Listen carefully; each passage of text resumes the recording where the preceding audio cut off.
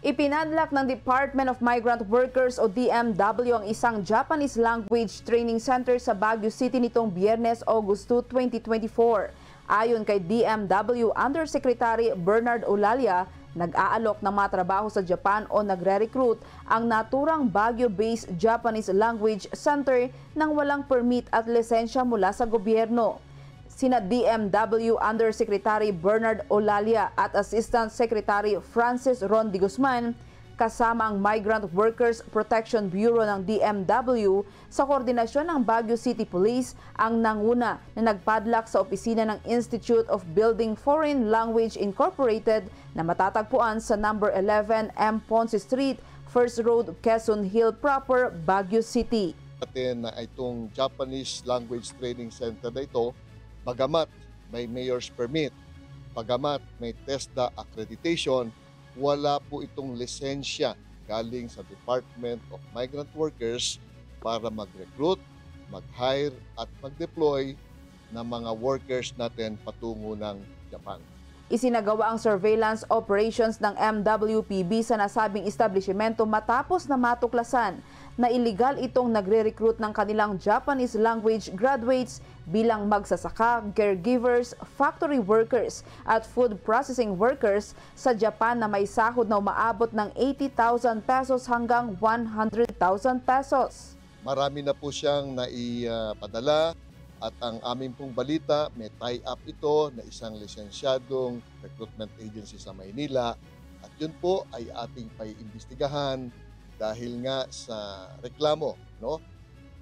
Naniningil ng tinatawag na training fee ang itong language training center na ito na binayaran naman ng napakalaking halaga.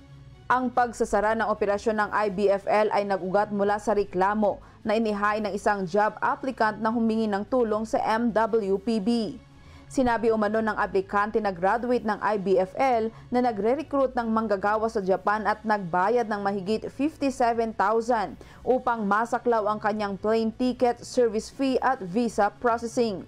Nagpahayag naman ng buong suporta si Baguio City Mayor Benjamin Magalong sa paglaban sa illegal recruitment at agarang iniutos ang kanselasyon ng business permit at lisensya ng IBFL. Nag-training sila pero hindi naman sila nakaalis o hindi pa sila nakakaalis. So parang ang modus yata ay mag-training kayo sa amin, pag dito kayo nag-enroll, sure yun na may trabaho kayo sa Japan. Yun yung pinagbabawal natin kasi wala nga naman silang lisensya. So dahil hindi mapaalis itong mga ito, nag-complain na sila. So hinahanap pa rin natin yung iba pa kasi ito lang yung lumutang pa sa ngayon. Ito na ang ika-12 establishmentong ipinasara ng DMW sa buong Pilipinas dahil sa illegal recruitment. Sa ginawang pagsasara, ang IBFL officers at empleyado ay kasama sa DMW's list of persons and establishment with derogatory record upang maiwasan nila ang paglahok sa overseas recruitment program ng gobyerno. Magsasampa rin ang DMW ng kaso na syndicate illegal recruitment laban sa mga opisyal at empleyado ng training center. Hinikayat din ng DMW ang iba pang aplikante na naging biktima ng IBFL illegal activities na tumawag sa MWPB para sa pagsasampa ng kaso sa kanilang Facebook page. Grace Doctolero, humahataw sa balita ngayon.